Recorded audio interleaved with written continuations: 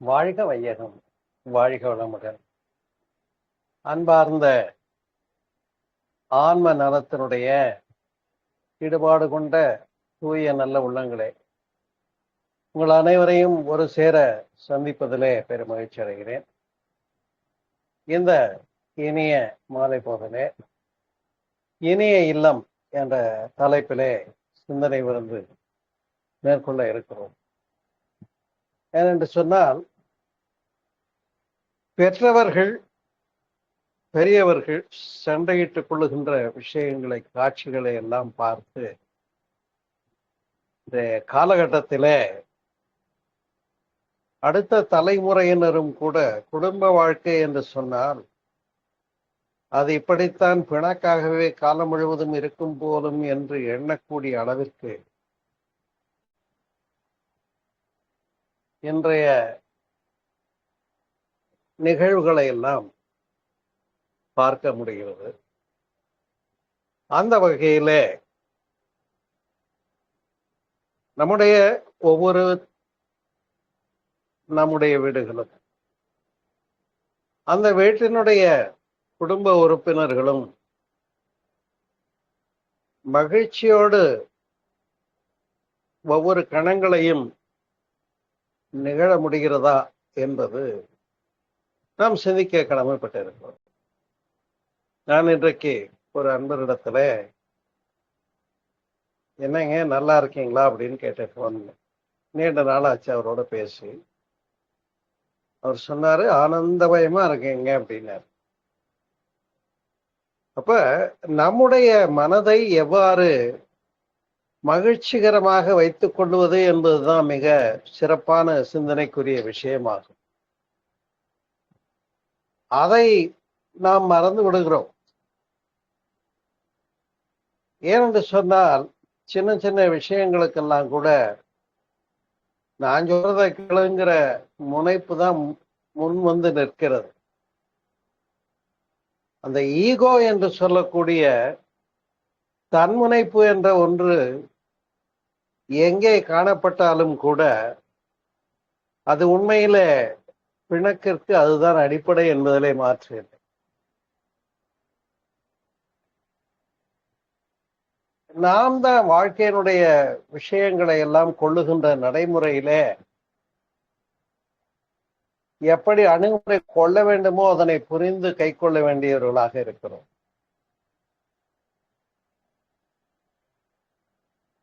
நம்முடைய மனதனுடைய அணுகுமுறை தான் அங்கே முக்கியமாக இருக்கிறதே தவிர சூழல்களை நாம் முழுவதுமாக திருத்திவிட முடியாது என்பதை புரிந்து கொள்ள வேண்டும். எனவே தனி மனித மனங்களிலிருந்துதான் குடும்ப அமைதி வர முடியும், இனிய இல்லம் மேம்பட முடியும். நல்லதொரு குடும்பம் பல்கலைக்கழகம் என்று சொன்னார்கள்.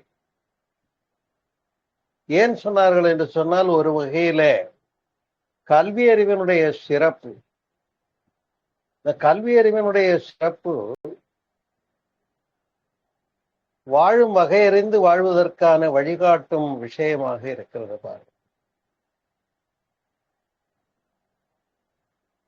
ஒரு அரசன் இருந்தானா, இந்த அரசனுடைய மந்திரி எதற்கெடுத்தாலும் எல்லாம் நன்மைக்கே என்று சொல்லிக்கிட்டே இருப்பாங்க. ஒரு நாள் அரசன்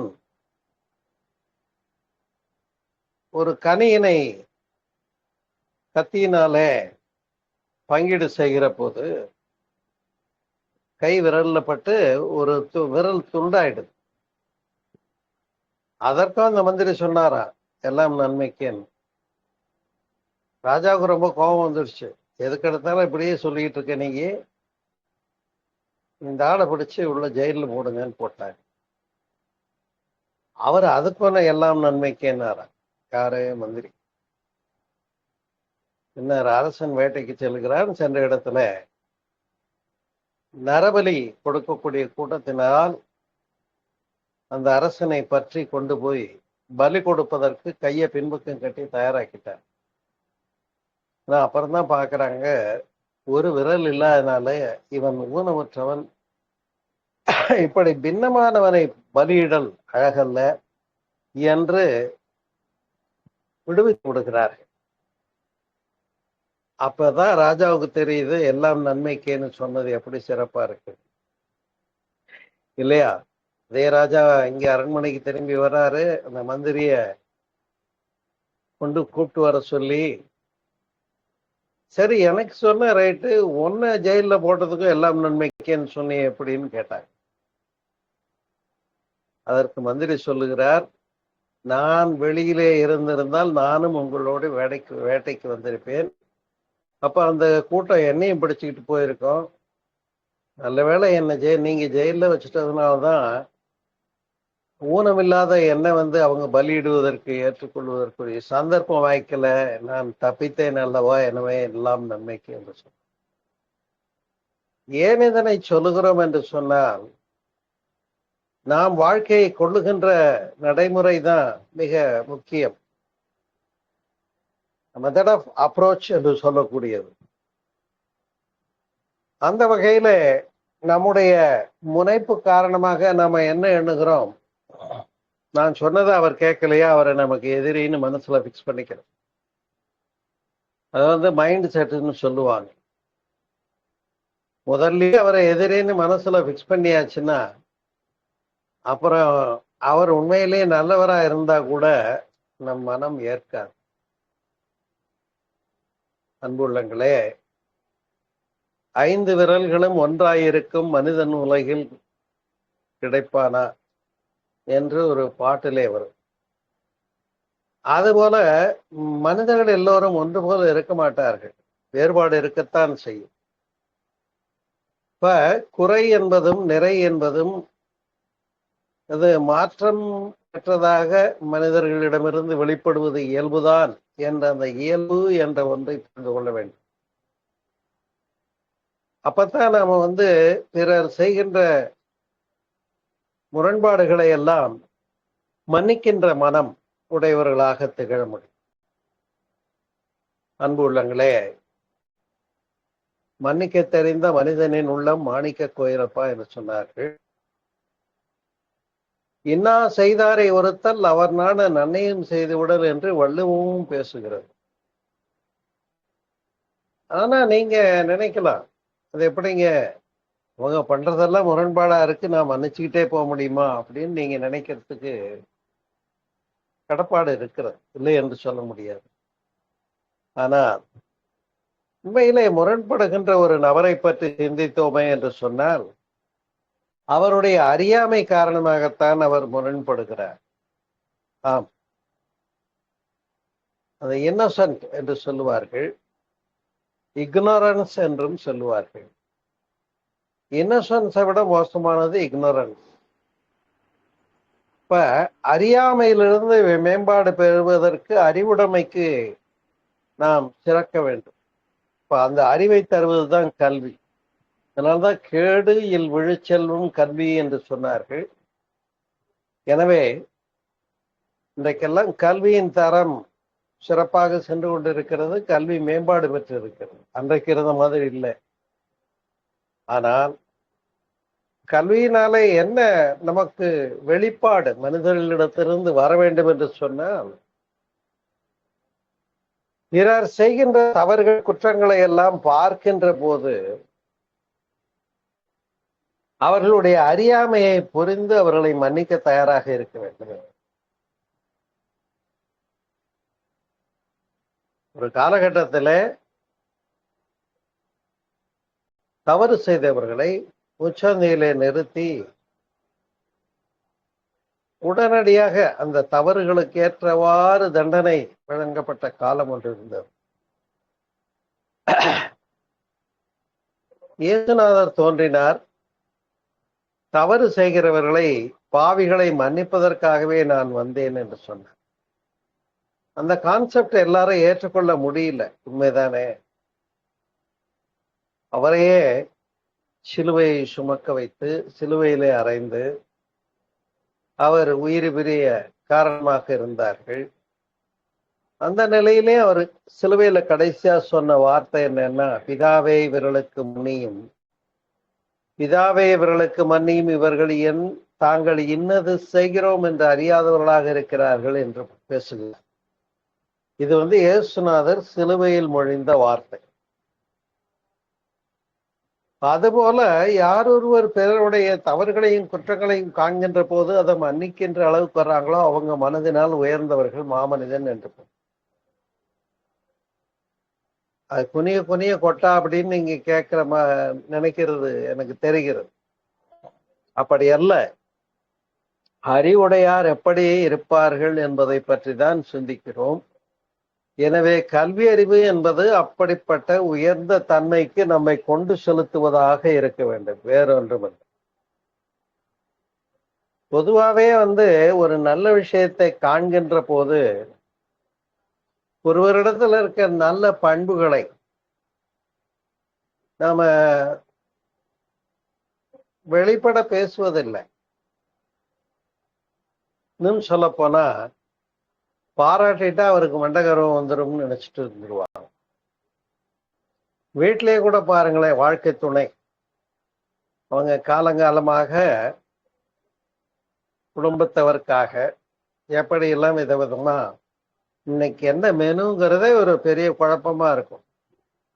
அப்புறம் முடிவு பண்ணி சிறப்பா கூட்டு பொரியல் ரசம் எல்லாம் பண்ணி வச்சிருப்பாங்க. நம்ம என்ன செய்வோம், போய் சாப்பிடுவோம், வந்துடுவோம். ஆனால் அப்படி அவர்கள் சிறப்பாக குடும்ப உறுப்பினர்களுக்கு தயார் பண்ணி தரணும்னு மனசு வச்சு செய்து நமக்கெல்லாம் உணவளித்திருக்கிறார்களே, அதற்காக என்றைக்காவது நன்றி பாராட்டி இருக்கிறோமா என்பதுதான் கேள்வி. அப்ப பாராட்ட வேண்டும், நன்றி பாராட்ட வேண்டும். நன்றி பாராட்டவில்லை என்றாலும் பரவாயில்ல, இன்னைக்கு நீ செய்த பதார்த்தம் அல்லது உணவு நல்லா இருந்தது, சிறப்பா இருந்தது அப்படின்னு வாய் விட்டு சொல்லியிருக்கீங்களா? நான் கேட்குறேன். எல்லாம் நல்லா இருந்தது சாப்பிட்டு வந்துடுவோமே தவிர பாராட்டுறதே இல்லை. ஒரு இடத்துலயே ஒருவர் மூலமாக பெறப்படுகின்ற நன்மைகளுக்காக நாம் என்ன பண்ணணும், அவங்களை மனம் விட்டு பாராட்டக்கூடியவர்களாக இருந்தாதான் அதுக்கு பேரு பெருந்தன்மை என்று பெயர். எனவே குடும்பத்துல பாருங்க, அப்பதான் அந்த ரிதம் சரியா இருக்கும். பாராட்டுகின்றதுனாலே அந்த ரிதம் சரியாக இருக்கும், வேற ஒண்ணும் இல்லை. இன்னும் சொல்ல போனால் பிறரோடு நாம் உரையாடல் மேற்கொள்ளுகிற போது மனம் புண்படாமல் அவர்கள் முரண்பாடா பேசினா கூட மெக்னானிமிட்டின்னு சொல்லக்கூடிய பெருந்தன்மையோடு நம்ம என்ன பண்ணணும், அவர்களுடைய அந்த சின்ன சின்ன பிழைகளை நாம் மன்னித்து விட்டு அப்ப சிறப்பான வகையிலே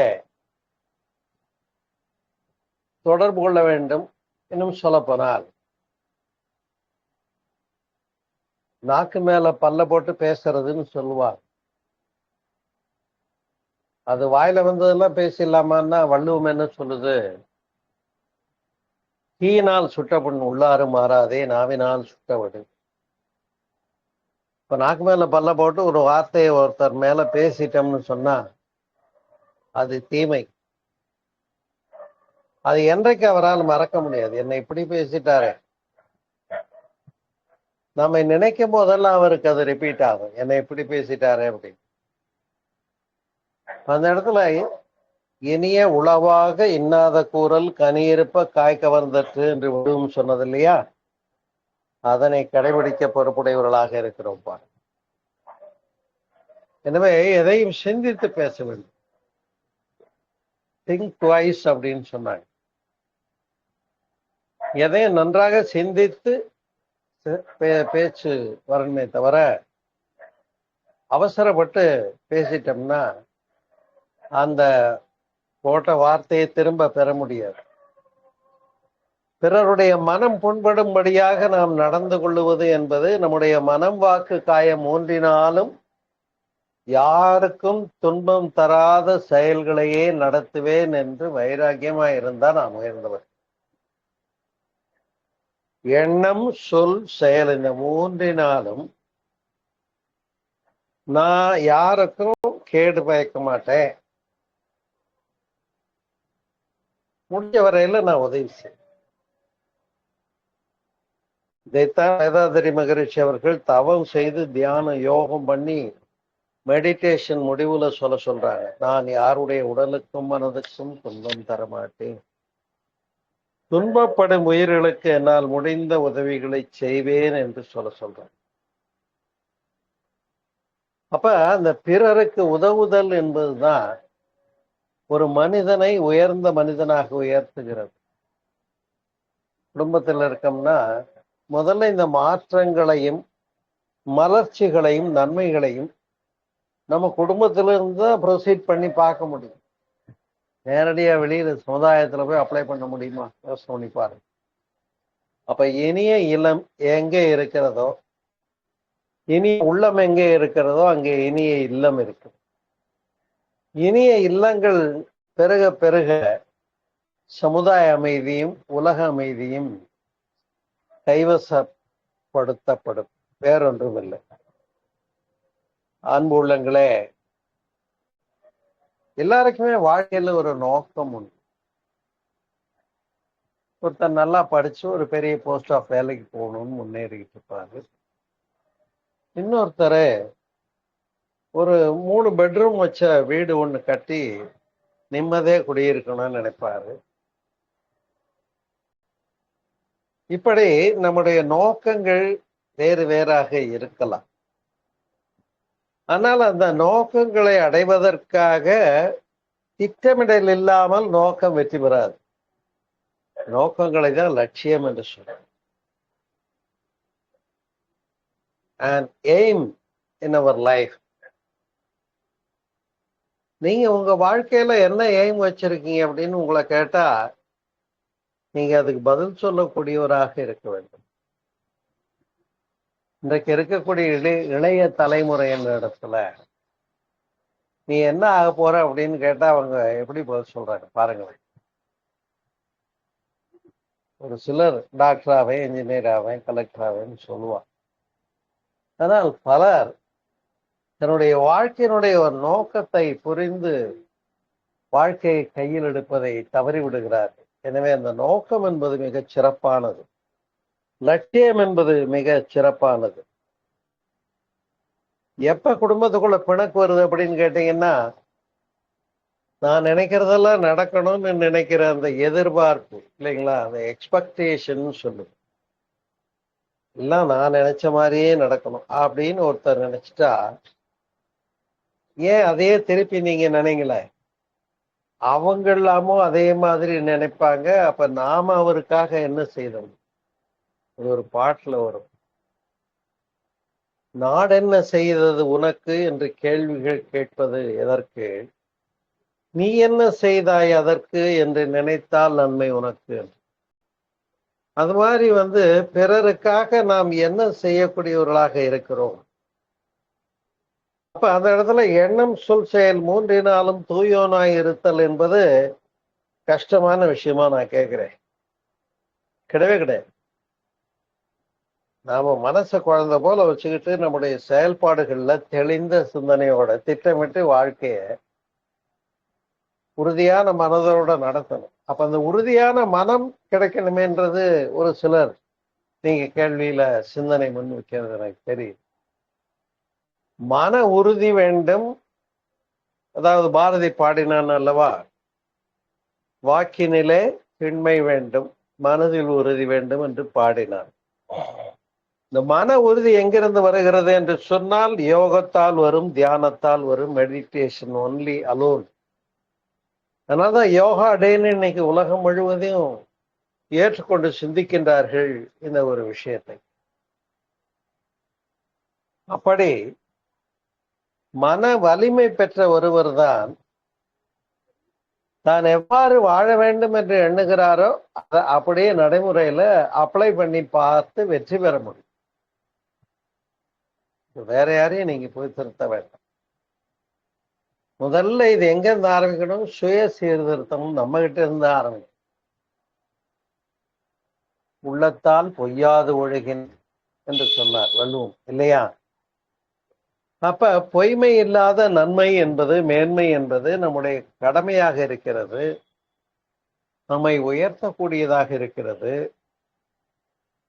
அதனால்தான் வாய்மையை பற்றி அதிகாரமே பேசியிருக்கிறது வள்ளுவம். காந்தியினுடைய லைஃப்ல பாருங்க, சத்தியமேவ ஜெயத்தே என்று சொல்லுகிறோம். அவரும் அந்த அளவுல தான் கடைபிடிச்சார்ன்றதை அறியணும். எனவே நாம் எத்தனை பேருடன் பேசுகிறோமோ, பழகுகிறோமோ, முதல்ல அந்த மனங்கலந்த பண்பு, அதாவது ஓப்பன் ஹார்ட்டட்னஸ்ன்னு பேர். குழந்தை போல பேச தெரியணும் மனம் விட்டு. சில பேர் பார்த்தீங்கன்னா டிஸ்கைஸ், உள்ளுக்குள்ள பாதி வச்சிருப்பாங்க, வெளியில போலியாக சிரிப்பாங்க. முகநக நட்பது நட்பு அல்ல, அகநக நட்பது நட்பு என்று சொன்னார். அந்த சிரிப்பு எங்கிருந்து வரணும்னா மனதிலிருந்து வரணும் அப்படிங்கிறார் வள்ளுவர். அப்ப அகமகிழ்ச்சி என்று சொல்லக்கூடியது எங்கிருந்து வரும் என்று பகவத்கீதை பேசுகிறது. நாமெல்லாம் இந்துக்கள் என்று சொல்லிக் கொள்ளுகிறோம். எத்தனை பேர் வீட்டுல பகவத்கீதை இருக்குன்னு எனக்கு தெரியாது. பகவத்கீதையில அந்த அகமகிழ்ச்சியை பற்றி பேசப்படுகிறது. ஒரு நிறைஞானி எத்தகைய ஒரு சூழல்லையும் மனம் தனக்குள் ஒரு இயல்பான மகிழ்ச்சியோடு இருப்பான். இப்ப சற்று முன்பு கூட நான் சொன்னேன் இல்லையா, காலையில ஒரு அன்பரை சந்திச்சேன், எப்படி இருக்கீங்கன்னு கேட்டேன். அவரு நான் ஆனந்தமா இருக்கேன், ஆனந்த பெருக்கா இருக்கேன்னு சொன்னார். ஆக இப்படி யாரும் சொல்லவே மாட்டாங்க ஐயா, என்னவோ இருக்கணுங்க அப்படின்னு தான் சொல்லுவாங்க. இப்படி மகிழ்ச்சியா சொன்னீங்களேன்னு அவரை பாராட்டத்தோ எனக்கு சந்தோஷமா இருக்கு. அவங்களோட பேசும்போது நமக்கு ஒரு உற்சாகம் வந்துடும். எனவேதான் இந்த தொடர்பு என்று சொல்லக்கூடியது குடும்பத்திலிருந்து தொடங்கி, தனிமனதிலிருந்து தொடங்கி பெருக வேண்டும், சிறக்க வேண்டும். ஒரு குடும்பத்தினுடைய கணவன் மனைவின்னு 2 பேரும் எங்க தலைவனும் தலைவியுமாக இருக்காங்க அப்படின்னு சொன்னா அது நல்ல உதாரணம் சொல்லலாம். அப்படின்னா ஒரு காட்டுல நல்ல வெயில் காலம், கடுமையான கோடை காலம். 2 மான்கள் நீர் தேடி எங்க பார்த்தாலும் ஓடிட்டு இருக்கு. தண்ணி கிடைக்குதான்னு தேடி ஓடும். சரியான வெயில், நான் வறண்டு போனது. ஒரு இடத்துல சின்ன கையளவு தண்ணி குட்டை மாதிரி நிக்கிது. அதை போய் பார்த்துட்டு 2 மான்களும் நீர் அருந்த முற்படுகிறது. அது நீர் அருந்துகிறது, பார்த்தா தண்ணி குறையவே இல்லை. என்ன காரணம் அப்படின்னா, அந்த மான் குடிக்கட்டும்னு நினைச்சிட்டு இது பாவனை பண்ணிக்கிட்டு குடிக்கிற மாதிரி, அதே போல இது குடிக்கட்டும்னு நினைச்சு அது பாவனை பண்ணிக்கிட்டு. இப்படி மிருகங்களிடத்துல கூட எவ்வளவோ விட்டு கொடுத்தல் இருக்கிறது. ஆனா நீங்க வாழ்க்கை துணை என்று சொல்லுவார்கள், கணவன் மனைவி என்று சொல்லுவார்கள், விட்டு கொடுத்தல்ல வர்றதில்லை. அப்ப அந்த விட்டு கொடுத்தல் எங்க வரணும்னா குடும்பத்திலிருந்து தொடங்கி பாருங்க, சிறப்பா இருக்கு. ஒரு தாயானவள் உணவு தயார் பண்றாங்க, அன்றைக்கு சிறப்பான சுவையான உணவாகி விட்டது, அமைந்து விட்டது. இப்போ பாத்தீங்கன்னா ஆளுக்கு ஒரு கை கூட சாப்பிட்றாங்க, நல்லா இருக்கு. அப்ப அங்க அடுத்ததாக அம்மாவுக்கு பாத்திரத்துல மிச்சம் குறைவா இருந்தா கூட எல்லாரும் சந்தோஷமா சாப்பிட்றதை தனக்கு மகிழ்ச்சின்னு ஏற்றுக்கொண்டு அந்த பாத்திரத்துல உணவு குறைந்தா இருக்கிறத கூட வெளிப்படுத்தி கொள்ளாம பிறர் சாப்பிட்டா போதும்னு நினைப்பாங்க. அதுதான் தாய்மையினுடைய சிறப்பு இல்லையா? அது போலதான் தமக்கென முயலானொன்றால் பிறர்க்கென வாழுனர் உண்மையாலே இருக்கிற காரணத்தினால் இந்த உலகம் இன்றளவு நிலை பெற்றிருக்கிறது என்று புறநானூற்று பாடல் பேசுகிறது. தமியர் உண்டலும் இலரே என்று சொல்லுகிறார். தனியா உட்கார்ந்து சாப்பிட்றதுல ஒரு பெரிய மகிழ்ச்சி இல்லை. மருந்தே ஆயினும் விருந்தோடு உண்ணுன்னு சொன்னாங்கல்ல. அப்ப பிறருக்கு கொடுத்து சாப்பிட்றதுல ஒரு மகிழ்ச்சி இருக்கிறது என்பதுதான் சிறப்பு. எனவே மனம் விட்டு பேச வேண்டும், விட்டு கொடுத்து வாழ்வதிலே ஒரு வெற்றி இருக்கிறது. ஒரு அழகான ஒரு மொழி சொல்லுவார்கள், மனைவியினிடத்துல தோற்று போகிறவன் வாழ்க்கையில் வெற்றி பெறுகிறான் என்று ஒரு ப்ராவர்ப் உண்டு. நல்ல கவனி. மனைவியினிடத்துல சண்டை வருது, இவன் தோத்து போயிட்டான்னாக்கா அவனை தாழ்மையா நினைக்க வேண்டியதில்லை. மனைவியினிடத்துல தோற்று போகிறவன் வாழ்க்கையில் வெற்றி பெறுகிறான், அதான் சிறப்பு. ஆம், நாம தான் இங்க ஒருவனுக்கு ஒருத்தின்னு ஒரு கலாச்சாரம் வச்சிருக்கோம் இல்லையா? அப்ப அந்த பொறுமை, விட்டு கொடுத்தல், தியாகம் போன்ற பண்புகளில் எல்லாம் பொறுமை. மான் நீர் குடிச்ச உதாரணம் பார்த்தோம். விட்டு கொடுத்தல் அதிலேயே பார்த்தோம். தியாகம் என்ற பண்புகள் எல்லாம் இது ஏற்றளவுல பேசப்படுறதில்ல, மேடை போட்டு பேச்சுக்காக பேசுற விஷயம் இல்லை. அது இங்கிருந்து வரணும். ஸ்பான்டேனியஸா அந்த அன்பு பெருக்கெடுக்க வேண்டும் என்று சொன்னார்கள். அதனால்தான் அந்த அன்பே சிவம் என்றும் திருமந்திரம் பேசுகிறோம். அன்புதான் அடிப்படை. புத்தரும் அதையே சொல்லுகிறார். எனவே ஒரு குடும்பத்துக்குள்ள ஒருவரை ஒருவர் புரிந்து கொள்ளாமல் வாழ்வது என்பது ஆரம்ப காலமாக இருக்கலாம். அவர் எப்படின்னு இந்த அம்மாவுக்கு தெரியாது, இந்த அம்மா எப்படின்னு அவங்களுக்கு தெரியாது. இப்பதான் கல்யாணம் பண்ணியிருக்காங்க. ஆனா 2 வருஷங்கிறது 4 வருஷம் ஆயிடுச்சு. இப்ப போய் நான் இன்னும் வாழ்க்கை துணையை புரிஞ்சுக்கலன்னு சொன்னா சரியா வருமா?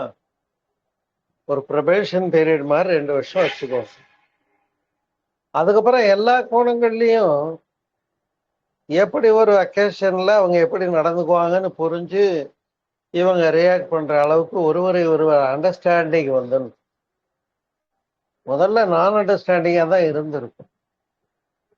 புரிந்து கொள்ளாத தன்மை இருந்திருக்கு. நான் அண்டர்ஸ்டாண்டிங் தான். அது என்ன பண்ணும், காலம் போக்குல ஃபுல்லா அண்டர்ஸ்டாண்டிங்க்கு வந்து முழுமையான புரிந்து கொள்ளுதல் வேண்டும். உதாரணமாக ஆபீஸ் போயிட்டு வீட்டுக்கு வர்றாரு, நல்ல மதியானம் சாப்பிட்டு நேரம், வீடு போட்டிருக்க அந்த அம்மா உட்காந்து. இவருக்கு என்ன வரணும்? கோபம் தான் வரும். ஆனா என்ன காரணமா இருக்கும்? கோயிலுக்கு போயிருப்பாங்களா? இல்லையே. ரேஷன் கடைக்கு போயிருப்பாங்க, மதியானம் போனாதான் வாங்க முடியும், அதான் இல்லை பண்ணும். அதுபோல அவங்களுடைய என்ன காரணத்தினால இப்படி நடந்து கொள்கிறார்கள் என்று யூகித்து அறிந்து மன்னிக்கக்கூடிய அளவுக்கு, பெருந்தன்மையா எடுத்துக்கொள்ளக்கூடிய அளவுக்கு அண்டர்ஸ்டாண்டிங் தேவைப்படுது. கணவன் மனைவி கிடையாது. அதான் முழுமையாக புரிந்து கொள்ளுதல் என்று சொல்லப்படுவது. ஃபுல் அண்டர்ஸ்டாண்டிங் இருந்தா வரவே வராது. கேட்பாங்க, நான் இன்னைக்கு இந்த பொருள் வாங்கிட்டு வர சொல்லி அவங்ககிட்ட சொன்னேன், வேணும்னு நினைச்சேன், நீங்க எப்படி வாங்கிட்டு வந்தீங்கம்பாங்க. அவர் சொல்லுவாரு, எனக்கு என்னமோ தோணுச்சு வாங்கினேன். அதுதான் கருத்தொருமித்து காதலினால் என்று ஆதரவு பெற்றதை இன்பம் என்று பேசப்படுகிறது. ஏன்னா இந்த கருத்து ஒற்றுமை என்பது மிகச் சிறப்பு. விட்டு கொடுப்பதிலே தான் வெற்றி இருக்கிறது என்று பார்த்தோம். புரிந்து கொள்ள வேண்டும். ஒருவரை ஒருவர் அண்டர்ஸ்டாண்டிங், மிஸ் அண்டர்ஸ்டாண்டிங் வரலாம். அண்டர்ஸ்டாண்டிங் போயிட்டு இருக்கோம், ஏதோ சொன்ன விஷயத்த தப்பா புரிஞ்சுக்கிட்டதுனால வம்பு வரலாம். ஆனால் நான் அண்டர்ஸ்டாண்டிங்லேயே நீண்ட காலம் ஓட்டுறது தான் தப்பா போயிடும். அதனால நண்பர்களே, நம்மை பார்த்து தான் குழந்தைங்க டிசைட் பண்றாங்க. ஒரு குடும்பம்னா அம்மா அப்பான்னா எப்படி இருக்கணுங்கிறது நாம ஒரு முன்மாதிரியாக இருக்க வேண்டும். எங்க அப்பா தான் எனக்கு ஹீரோ, ரோல் மாடல் அப்படின்னு நினைக்கணும். அந்த அளவுக்கு நாம பண்போடு நடந்து கொள்ளுபவர்களாக இருக்க வேண்டும். குழந்தைங்க தெரிஞ்சுக்கணும் நம்மளை. ஆனா இந்த இடத்துலதான் ஃபெயில் ஆயிடுறோம், கணக்கு தப்பா போகுது. நாம பொய் சொல்றதுக்கு நாமளே சொல்லி கொடுப்போம். அப்பா வீட்டுல இல்லைன்னு அவர்கிட்ட போய் சொல்லணும் அப்படின்னு. இந்த மாதிரி ஒரு சின்ன விஷயத்துல இருந்து பெரிய விஷயம் வரைக்கும் குழந்தைங்க நம்மை முன்னுதாரணமாக வைத்து நம்மை கவனிக்கிறார்கள் என்பதை புரிந்து கொள்ள வேண்டும். அதுதான் ரொம்ப முக்கியமான ஒரு விஷயம்.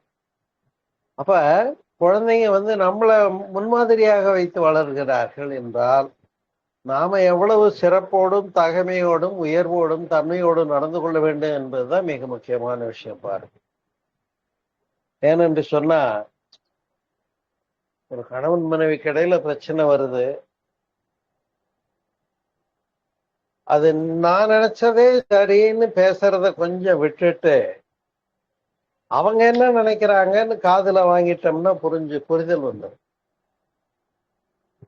ஆனா பலர் அப்படி செய்யறதே இல்லை. நான் சொல்றதை கேளு முதல்ல அப்படின்பா. அங்கதான் வம்பு வருது. இன்னும் சொல்ல போனா, 2 கைகள் தட்டினால் தானே ஓசை வருகிறது. அப்ப 2 கை தட்டி மோதல் வர்றதில்லை. ஒரு கை ஓடும்போது ஒன்னும் சத்தம் வராது. அது போலத்தான் நாம் மௌனமாக இருக்கின்ற வரையிலே முரண்பாடுகள் பெரிதாகாது. அதனால்தான் மௌனம் கலகநாஸ்தி என்று சொன்னார். ஆம், அவங்களே தப்பா நடந்துட்டா கூட நாம பொறுமையா அமைதியா இருந்துட்டோம்னு சொன்னா, கொஞ்சம் அவங்க தன்வயத்துக்கு வந்து யோசனை பண்ணி பார்ப்பாங்க. அடாடா, நான் தான் புரிஞ்சுக்காம இப்படி சத்தம் போட்டுட்டேன், திட்டிட்டேன், கத்திட்டேன், தப்பு என்னதான் போச்சே அப்படின்னு வருத்தப்பட்டு நம்மகிட்ட வந்து அப்பாலஜி சொல்ற அளவுக்கு நாம பெருந்தன்மையை கடைபிடிக்கிறதுல என்ன கஷ்டம் இருக்கு? யார்கிட்ட போய் இறங்க போறோம்? நம்முடைய குடும்ப உறுப்பினர்கள், கணவன் மனைவி, குழந்தைகள், அப்பா, குழந்தைங்க, இல்லையா? அப்ப இந்த விட்டு கொடுத்தல், பெருந்தன்மை, பொறுத்து போவது, பொறுமை, விட்டு கொடுத்தல், தியாகம், இவையெல்லாம் ஏற்றளவிலே நின்று வாழ்கின்ற விஷயங்களாக இருந்துவிடக் கூடாது. ஒரு இனிய இல்லம் என்பது, இங்கே ஒருவன் தன்னுடைய மனதிலே இனிமையையும் மகிழ்ச்சியையும் சாதிக்க தெரிந்தால் அதே நன்மையை வெளியிலையும் அப்ளை பண்ண முடியும். அப்பத்தான் நமக்குள்ள அந்த மகிழ்ச்சியும் நிறைவும், பகவத்கீதை சொல்லுகிற அகமகிழ்ச்சியும் சாதிக்கப்பட இயலவில்லை என்று சொன்னால் நாம் தோற்றுவிட்டோம் வாழ்க்கையிலே என்பதுதானே உண்மை. ஆகையினாலேதான் அன்பர்களே, இது யாரையும் திருத்தர விஷயம் கிடையாது. நம்மை நாமே சுய சீர்திருத்தம் செய்து கொள்வது மட்டுமே இனிய இல்லம், இனிய இல்லறம் பெருகுவதற்கு வழியாக இருக்கும், சிறப்பாக இருக்கும். அது நம்முடைய கையில தான் இருக்கிறது. நம்முடைய ஜெனுவின் அந்த பெருந்தன்மை என்று சொல்லும். அப்ப நாம் தகைமையுடையவர்களாக இருந்தால் மட்டுமே பிறருடைய தவறுகளை மன்னிக்க முடியும். இப்போ பொறுமை எங்க அதிகம் இருக்கோ அவங்க வெற்றி பெற்ற மனிதராக இருப்பார்கள். சிறுமை எங்க இருக்கோ அவங்க சின்ன சின்ன விஷயங்களுக்கெல்லாம் கோவப்பட்டு டாக்குன்னு அங்க ரியாக்ட் பண்ணிக்கிட்டே இருப்பாங்க. எது சிறப்பு? நீங்களே யோசனை பண்ணி பாருங்கள்.